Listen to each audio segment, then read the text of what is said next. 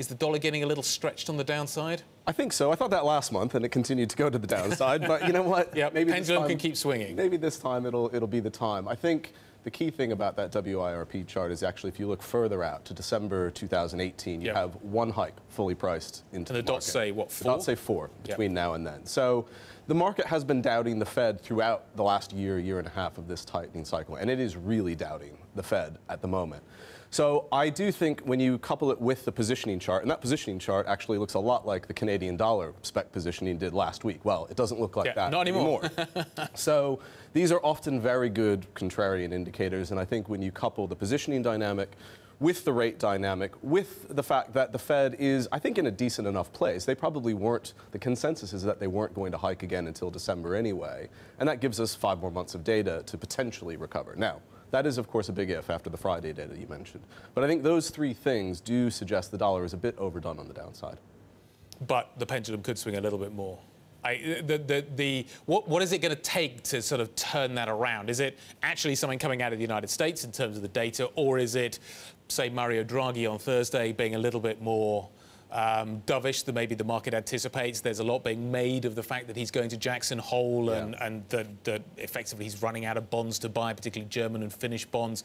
There does seem to be a lot of expectation being built into the euro side, particularly when it comes to euro dollar, but then you can turn that into the dollar index as well. Yeah, I think that is, Draghi's a key variable. I think the U.S. political process is a key variable. The notion of, Yellen has been talking, at least until last week, she was talking about a lot of these effects in inflation being transitory. That could unfold and unwind and maybe support the dollar.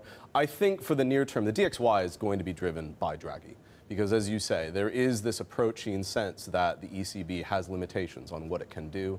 And I think they probably do have to rein purchases in to some degree because of the high concentrations they've got, particularly of bunds, on their balance sheet. But I think on the U.S. side of the story, there is so much bad news now thought about and priced into things like healthcare reform and what that means for tax reform, and then what that means for the shape of the U.S. yield curve. Long-term U.S. yields have been ranging for a long, long time now.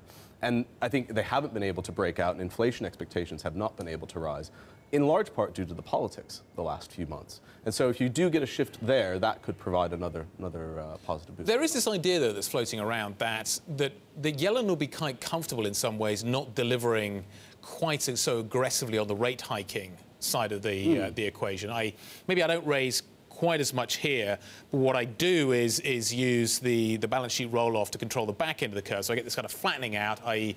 we end up in a situation where the dollar doesn't go up very much, but I can actually keep the US economy humming along pretty nicely because longer-term rates are structurally lower than they should be in some ways. And there's this talk about how the third mandate has become financial conditions. Now, I'm not certain whether that's the case or not, but they have talked a lot about how financial conditions have eased. I don't think they're necessarily going to target asset markets by any means, but the fact that asset markets are performing so well, I think gives them some comfort if they do want to start shrinking the balance sheet quite soon.